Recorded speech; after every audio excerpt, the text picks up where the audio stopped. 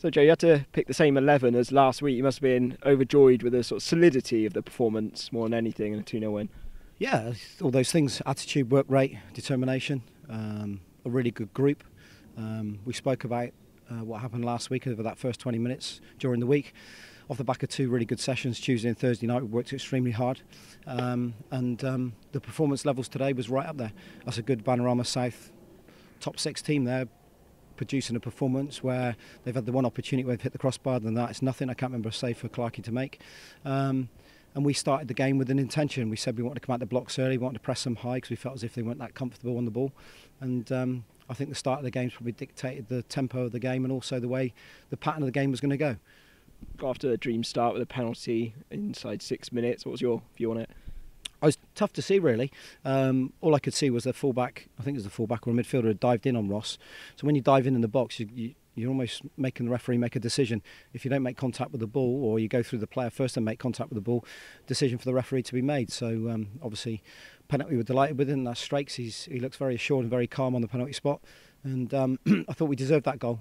The first half then we've gone on to have good spells in possession. It's not easy, the pitches are starting to get a bit softer, but we're still trying to be brave and play and try not to go too direct. We spoke about that Billericay, didn't we? But I thought the bravery and the attitude of the players to want to play in certain areas was very, very good. And it's important we do that as a team because we're not great when we have to go direct, and I thought we maintained that through the game.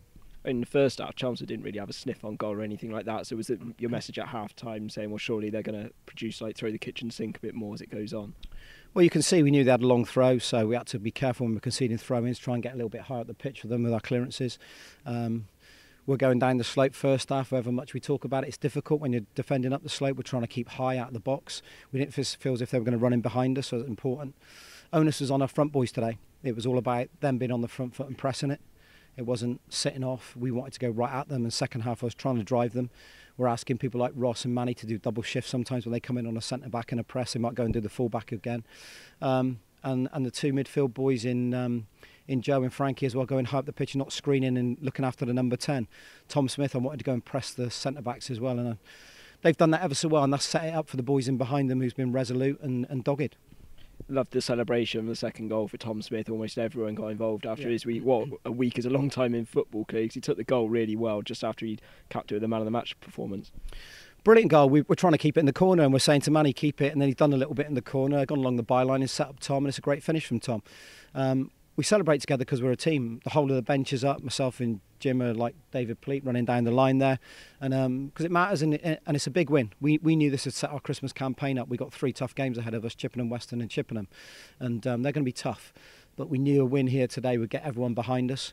The fans saw the effort the boys have put in, and to keep a clean sheet again at home and score the goal, a couple of goals is fantastic for us, and we know we're a team that should be in and around the playoffs, but you've got to earn it. And weeks like we've had this week, Tuesday and Thursday, has earned that result today. The hard work's earned it.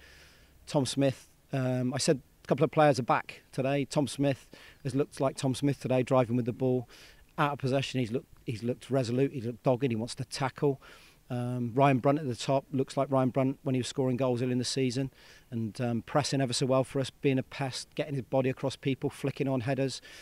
Superb. And hey, listen, at the end of the day, we're down to very low numbers in our squad. I don't bleat about it very much because I don't feel it's right to, because I make a decision to bring in a squad that's smaller and better quality.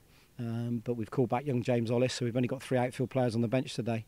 So Riggy's not fit. James Morton's not fit yet. Watto was here today for the first time. Good to see Watto, and he's trained.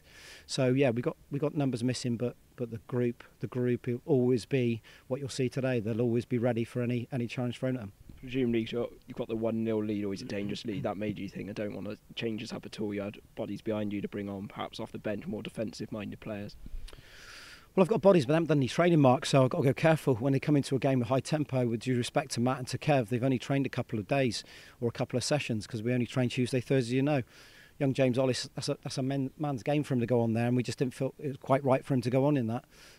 So yeah, we haven't got an abundance of numbers, an abundance of players that have been fit for a number of weeks to be able to throw on. So we've told them to go and look after themselves. Christmas period's key, and they have to do that if they're serious. And I think they are. They definitely are. They're serious characters.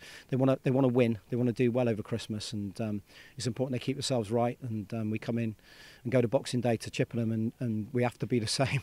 We have to be resolute. We have to be dogged. Mark will have his boys going. There's a few faces there that we know, and they'll be ready for us. But we'll turn up and we'll have our game plan, and we'll carry it out for the evening. You watched Western play at Chippenham, I believe, the other week, so at least you've had a bit of insight. Well, you do all your preparation anyway, but you've seen them both in the flesh recently. Yeah, I think Chippenham have drawn today at Concord, haven't they? I think Western have lost again. But yeah, these are two teams that are... I don't look at their league position. I know their managers well. I know their teams. I know how they'll set up against us, I think. So it'll be tough challenges for us.